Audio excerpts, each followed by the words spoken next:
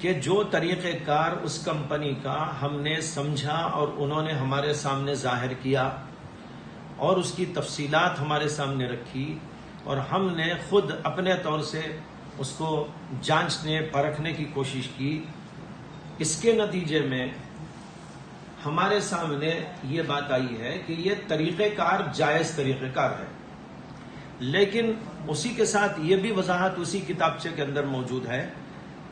کہ شرعی جواز کے اظہار کے باوجود میں یہ نہیں کہہ سکتا کہ یہ کمپنی قائم رہے گی یا نہیں رہے گی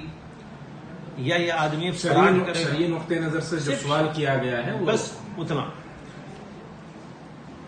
انہوں نے جو بتایا تفصیلات ہمارے سامنے رکھی، اور اس کے علاوہ اور مفتیوں نے بھی فتویٰ دیا ہے، میں نے تو صرف کتاب میں اس کی وضاحت کی ہے، کچھ اور دیگر علماء سے انہوں نے رجوع کیا اور اس کا فتویٰ ان کو دیا گیا ہوگا، لیکن ہماری طرف سے تو کوئی فتویٰ نہیں۔ کتاب کے اندر صرف وضاحت، اور وہ وضاحت بھی اس لیے پیش آئی، وضاحت کرنے کی ضرورت اس لیے پیش آئی کہ مدرسے میں ان کا کچھ تعاون ہوا،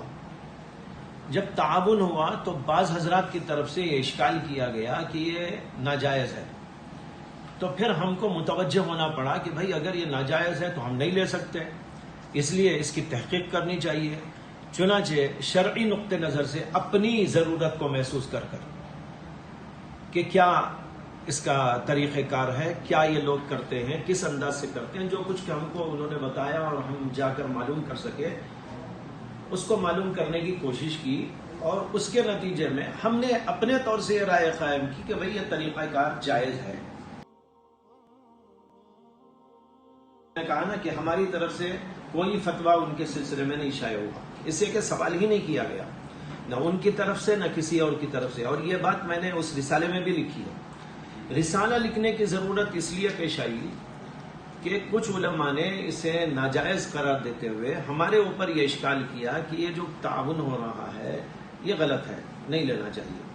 اس پر ہم نے جو ہے وہ تفصیلات معلوم کرنے کے بعد اپنا اطمینان کر لیا، اور جن لوگوں نے یہ کہا تھا ان کو جواب دینے کی ہم نے کوشش کی، ان کو بھی ہم نے سامنے بٹھایا کہ بھئی یہ طریقہ کار ہے، اس کے بارے میں آپ لوگ بھی کیا کہتے ہیں، اور اس کی پوری تفصیل تو میں نے اسی رسالے میں لکھی ہے۔